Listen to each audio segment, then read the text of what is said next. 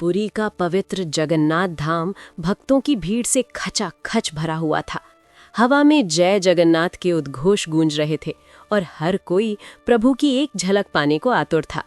इसी भीड़ में एक माँ सुमित्रा अपने 5 साल के बेटे कान्हा को गोद में कसकर पकड़े हुए धीरे धीरे आगे बढ़ रही थी।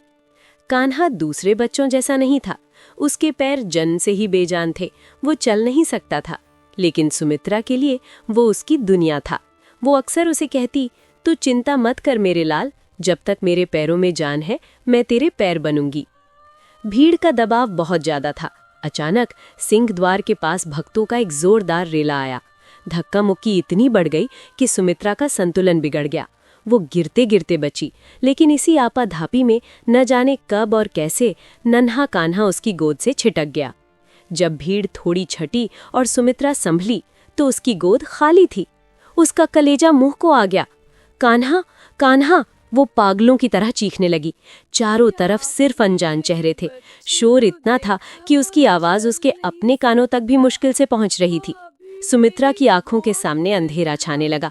उसका बच्चा, जो एक कदम भी खुद नहीं चल सकता, वो इस अपार भीड़ में कहाँ गया होगा? कोई उसे कुचल न दे, इस डर से उसका दिल बैठा जा रहा था। वो पागलों की तरह इधर उधर भागने लगी।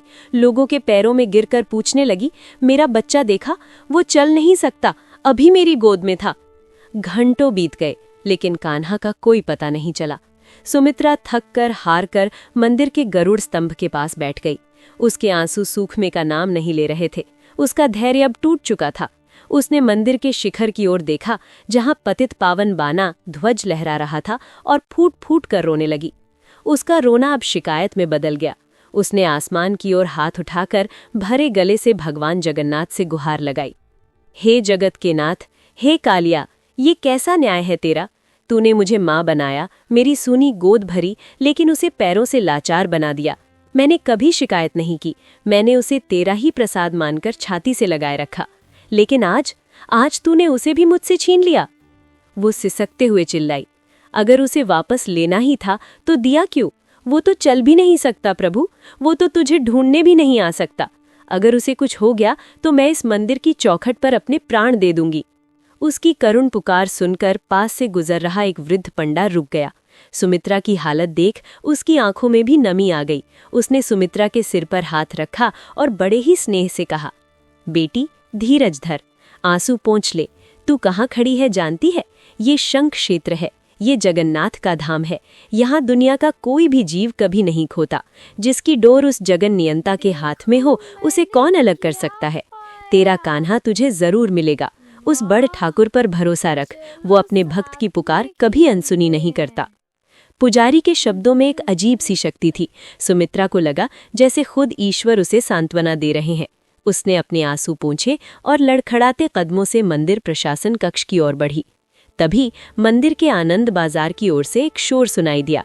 सुमित्रा का दिल जोर से धड़का। वो उस ओर भागी। वहां एक चबूतरे पर कुछ सेवादारों के बीच उसका नन्हा कान्हा बैठा था।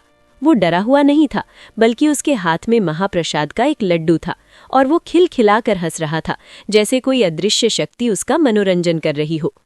कान्हा, सुमित्रा चिल्लाई और दौड़कर उसे सीने से लगा लिया। वहां खड़े एक सेवादार ने बताया, माताजी, ये बच्चा हमें भीड़ के बीच सुरक्षित मिला। इतनी भगदड़ में भी इसे खरोंच तक नहीं आई।